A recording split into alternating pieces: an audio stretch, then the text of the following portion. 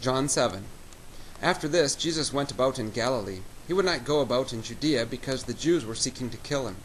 Now the Jews' feast of booths was at hand.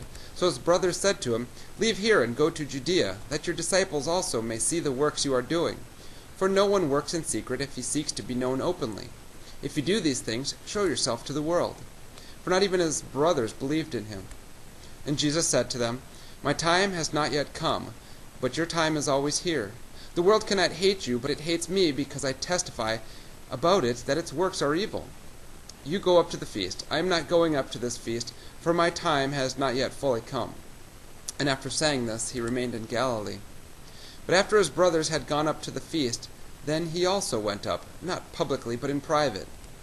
The Jews were looking for him at the feast, and saying, "Where is he?" And there was much muttering about him among the people. While some said, "He is a good man," others said, "No, he is leading the people astray." Yet for fear of the Jews, no one spoke openly of him. About the middle of the feast, Jesus went up into the temple and began teaching. The Jews therefore were marveled, saying, "How is it that this man has learning when he has never studied?"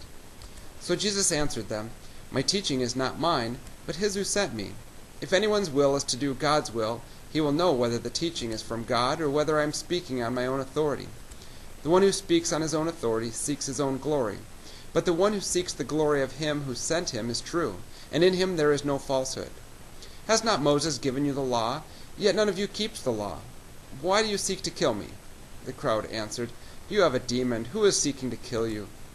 And Jesus answered them, "I did one work, and you all marvel at it. Moses gave you circumcision, not that it was from Moses, but from the Father, and you circumcise a man on the Sabbath. If on the Sabbath a man receives circumcision, so that the law of Moses may not be broken, are you angry with me because on the Sabbath I made a whole man's body well? Do not judge by appearances, but judge with right judgment." Some of the people of Jerusalem therefore said, "Is not this the man whom they seek to kill? And here he is, speaking openly, and they say nothing to him. Can it be that the authorities really know that this is the Christ? But we know where this man comes from, and when the Christ appears, no one will know where he comes from." So Jesus proclaimed, as he taught in the temple, "You know me, and you know where I come from. But I have not come of my own accord. He who sent me is true, and him you do not know. I know him, for I came from him, and he sent me." So they were seeking to arrest him, but no one laid a hand on him, because his hour had not yet come. Yet many of the people believed in him.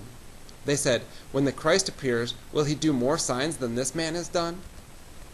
The Pharisees heard the crowd muttering these things about him, and the chief priests and Pharisees sent officers to arrest him.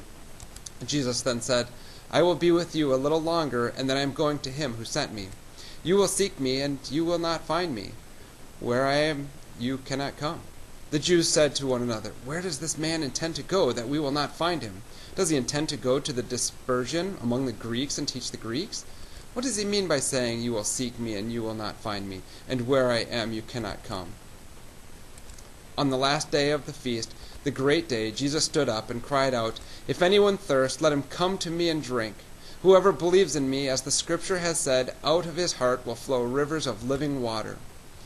Now this he said about the Spirit, whom those who believed in him were to receive, for as yet the Spirit had not been given, because Jesus was not yet glorified. When they heard these words, some of the people said, "This really is the prophet." Others said, "This is the Christ." But some said, "Is the Christ to come from Galilee? Has not the Scripture said that the Christ comes from the offspring of David and comes from Bethlehem, the village where David was?"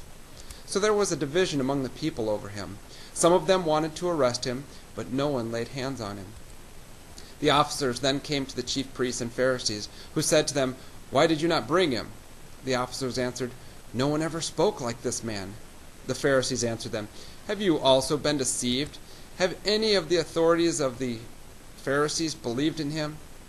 But this crowd that does not know the law is accursed." Nicodemus, who had gone to him before, and who was one of them, said to them, "Does our law judge a man without first giving him a hearing and learning what he does?" And they replied, "Are you from Galilee too? Search and see that no prophet arises from Galilee."